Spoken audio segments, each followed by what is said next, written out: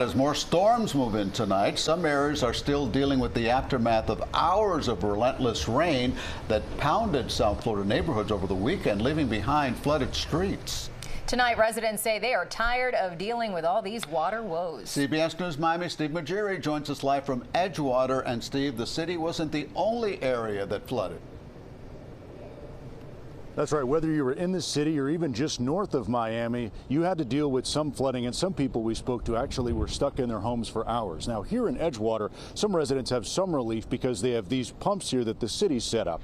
These hoses go back blocks, and it takes water and it siphons it all the way out here from 23rd Street into Biscayne Bay. But we went up to North Miami, and we found out that both here and North Miami still had flooding in the streets, and these pumps really didn't help. But people up in North Miami didn't expect this kind of flooding because they're a little more inland. They come to here, to the water here. Belisardis Rodriguez has lived in his North Miami home for over 40 years on 3rd Court.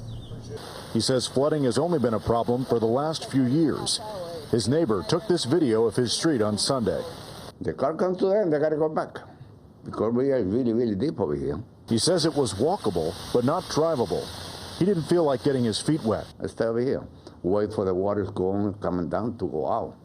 When the flooding like that, they rain like that, no way to go out. In Coral Gables, part of the patio ceiling in the Mahoney-Pearson dorms collapsed at UM. But university officials say no one was hurt. I woke up from a nap and basically to a text from my friend saying like, hey, are your dorms okay? And he said that they got struck by lightning. Guests at the Versace Hotel in South Beach had water leaking through the ceiling in the dining room. And many main Miami roads were washed out, making it hard to drive. Edgewater residents Ileana Mejia and Catherine Wald say this was the scene in their neighborhood on Sunday, so they couldn't leave their homes. They tell me that even though the rain was quick, the flooding lasted even longer. It's every year it gets worse and worse. It's gets to the point where you can't leave the apartment. I mean, the storm was maybe 2 hours, maybe 2.5, but the flooding was the rest of the evening.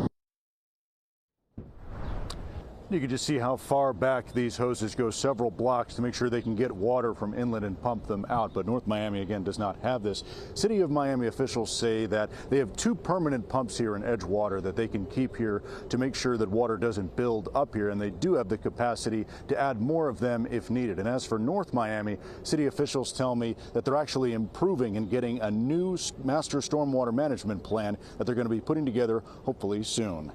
Live in Edgewater, Steve Majiri, CBS News, Miami. All right, Steve, thank you. Now